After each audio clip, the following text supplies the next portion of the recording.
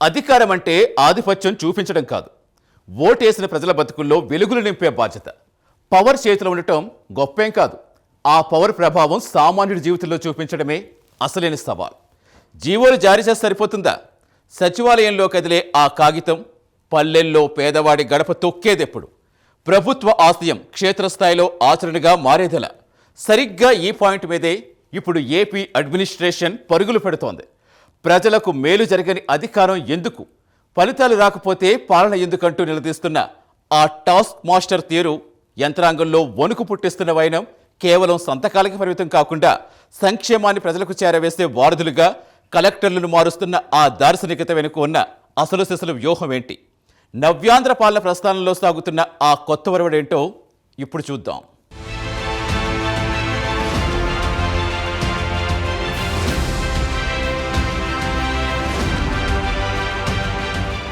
AP CM 4వ ముఖ్యమంత్రిగా ప్రమాణ స్వీకారం చేసిన నాటి నుంచి ఆయన తీసుకుంటున్న ప్రతి అడుగులోనూ ఒక స్పష్టమైన లక్ష్యం కనిపిస్తోంది.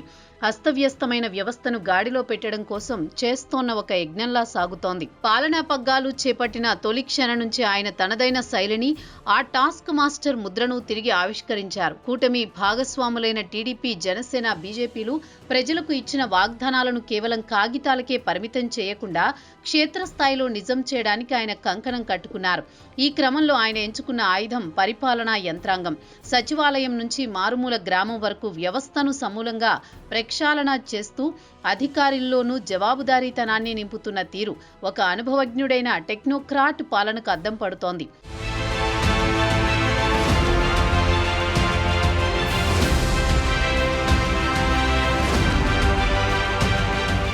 సామాన్య ప్రజల పాలిట దేవుళ్లుగా భావించే జిల్లా కలెక్టర్లు చంద్రబాబు పాలనలో కేవలం పరిపాలకులు మాత్రమే కాదు, అభివృద్ధి రథానికి చక్రాలు. ప్రభుత్వం చట్టసభల్లో చేసే చట్టాలు, సచివాలయంలో తీసుకునే నిర్ణయాలు క్షేత్రస్థాయిలో సామాన్యుడికి చేరాలంటే అది ఐఏఎస్ అధికారుల పనితీరుపైనే ఆధారపడి ఉంటుంది. ఈ సూత్రాన్ని చంద్రబాబు బలంగా నమ్ముతారు. అందుకే ఆయన పాలనలో కలెక్టర్లకు అత్యంత కీలకమైన స్థానం ఉంది. వారిని కేవలం ఫైళ్లు సంతకాలు చేసే అధికారులుగా కాకుండా ప్రజల సమస్యలను పరిష్కరించే డెలివరీ యూనిట్ హెడ్స్గా ఆయన తీర్చిదిద్దుతున్నారు. ముఖ్యంగా కలెక్టర్లతో ఆయన నిర్వహిస్తున్న సమావేశాలు ఒక కార్పొరేట్ సీఈఓ తన టీంతో జరిపే బ్రెయిన్ స్టామింగ్ సెషన్లను తలపిస్తున్నాయి. ప్రభుత్వ పథకాలు ప్రజలకు అందడంలో ఏ చిన్న లోపం జరిగినా సహించేది లేదని, అలసత్వం వహిస్తే ఉపేక్షించే ప్రసక్తే లేదని ఆయన స్పష్టమైన సంకేతాలు పంపుతున్నారు.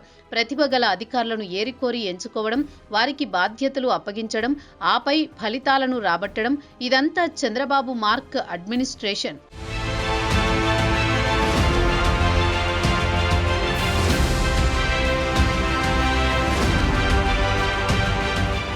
నాకు ఊహల రిపోర్టులు వద్దు, కళ్ల ముందు కనిపించే రిజల్ట్ కావాలి అన్నది ఆయన అంతిమ ఆదేశం. సమీక్షల్లో ప్రధాన అజెండా ఒక్కటే: పని ఎంతవరకు వచ్చింది, ఫలితం ఎప్పుడు వస్తుంది. మనసులో అనుకున్న ఆలోచనకు జీవో రూపం వచ్చిన వెంటనే అది అమల్లోకి రావాల్సిందే అంటున్న పట్టుదల ఆయనది. దీనికోసం ఆయన అధికారులకు స్పష్టమైన డెడ్లైన్ విధిస్తున్నారు. టైం బౌండ్ సర్వీస్ డెలివరీ అనే మంత్రాన్ని జపిస్తూ ప్రతి పనికి ఒక గడువు నిర్ణయిస్తున్నారు.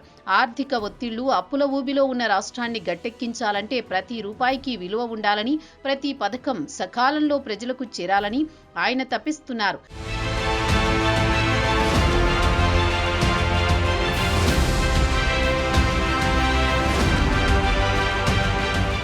ప్రపంచం సాంకేతికత వైపు పరుగులు పెడుతుంటే ఆంధ్రప్రదేశ్ మాత్రం చంద్రబాబు నేతృత్వంలో ఆ సాంకేతికతనే పాలనకు పునాదిగా మార్చుకుంటోంది. డేటా డ్రైవెన్ గవర్నెన్స్ ఇప్పుడు రాష్ట్ర పాలనలో సెంటర్ స్టేజ్లో నిలిచింది. దానికి రూపమే రియల్ టైం డేటా. గ్రామ సచివాలయాలను కేవలం ఆఫీసులుగా కాకుండా విజన్ యూనిట్లుగా మార్చాలన్న ఆయన ఆలోచన విప్లవాత్మకం. తుఫాన్లు, ప్రకృతి విపత్తుల సమయంలో ఈ టెక్నాలజీ ఎంతగా ఉపయోగపడిందో మనం కళ్లారా చూశాం. రియల్ టైం అలర్ట్ సిస్టమ్స్ ద్వారా ప్రాణ నష్టాన్ని తగ్గించగలిగారంటే దానికి కారణం చంద్రబాబు ముందు చూపు, సాంకేతికతపై ఆయనకున్న పట్టు.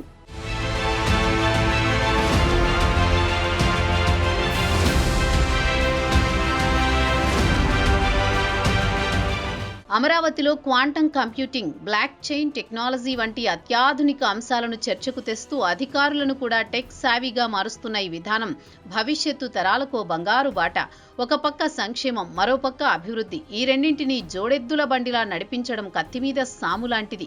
కానీ చంద్రబాబు తన అపార అనుభవంతో ఈ క్లిష్టమైన సమతూకాన్ని పాటిస్తున్నారు. రాష్ట్ర స్థూల దేశీయోత్పత్తిని పెంచడం, పెట్టుబడులను ఆకర్షించడం ఎంత ముఖ్యమో, పేదవాడికి అందాల్సిన సంక్షేమ ఫలాలు అందడం కూడా అంతే ముఖ్యమని ఆయన భావిస్తున్నారు. అందుకే ప్రతి అంశానికి వేర్వేరు కమిటీలు, టాస్క్ ఫోర్సులను ఏర్పాటు చేశారు. ఐఏఎస్లతో జరిపే ప్రతి మీటింగ్లోనూ ఇదే విషయాన్ని నొక్కి చెబుతున్నారు. ఉన్న వనరులని సమర్థవంతంగా ఉపయోగించుకుంటూ ఆదాయాన్ని పెంచుకునే మార్గాలను అన్వేషించాలని కలెక్టర్లకు దిశానిర్దేశం చేస్తున్నారు. పబ్లిక్ ప్రైవేట్ పార్ట్నర్షిప్ పద్ధతిలో ప్రాజెక్టులను వేగవంతం చేయడం, కేంద్రం నుంచి రావాల్సిన నిధులను రాబట్టడం వంటి అంశాలపై ఆయన చూపుతున్న చొరవ రాష్ట్ర ఆర్థిక ముఖ చిత్రాన్ని మార్చే దిశగా సాగుతోంది.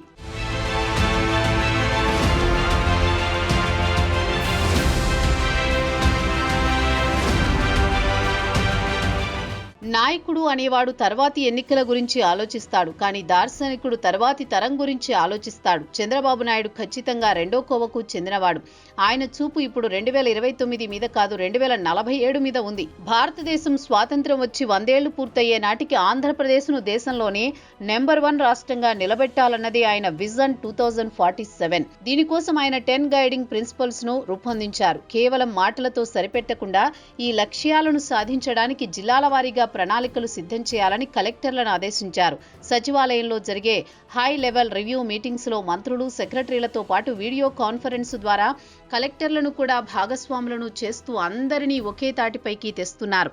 విజన్ డాక్యుమెంట్ కేవలం ఒక పుస్తకం కాదు, అది నవ్యాంధ్ర గమనాన్ని నిర్దేశించే దిక్సూచి.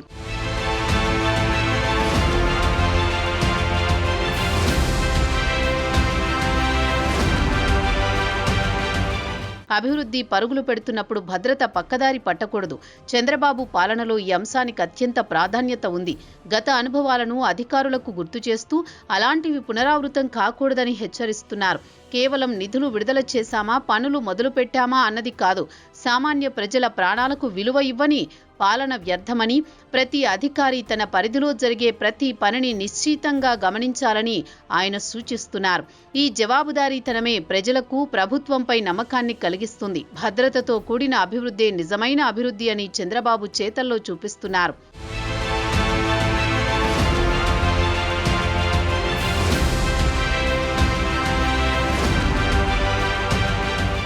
కూటమి ప్రభుత్వానికి ప్రజలు ఇచ్చిన తీర్పు అద్భుతం. ఈ తీర్పు వెనుక ఉన్న నమ్మకం అపారం. ఆ నమ్మకాన్ని వమ్ము చేయకూడదన్న తపన చంద్రబాబు ప్రతి మాటలోనూ, ప్రతి చర్యలోనూ కనిపిస్తోంది.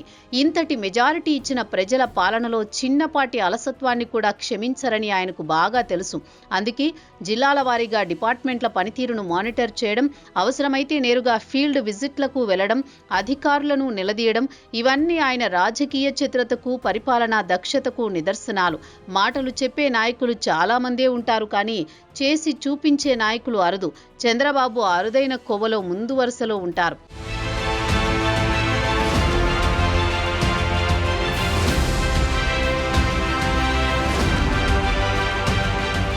కూటమి ప్రభుత్వం అధికారంలోకి వచ్చిన నాటి నుంచి నేటి వరకు ఆంధ్రప్రదేశ్ పాలనా ముఖ చిత్రం పూర్తిగా మారిపోయింది.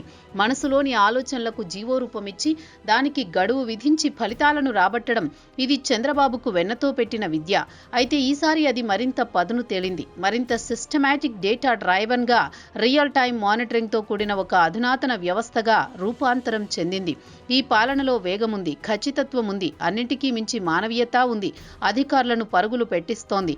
ఆయన కోపం కాదు, రాష్ట్రం బాగుపడాలన్న ఆయన కాంక్ష.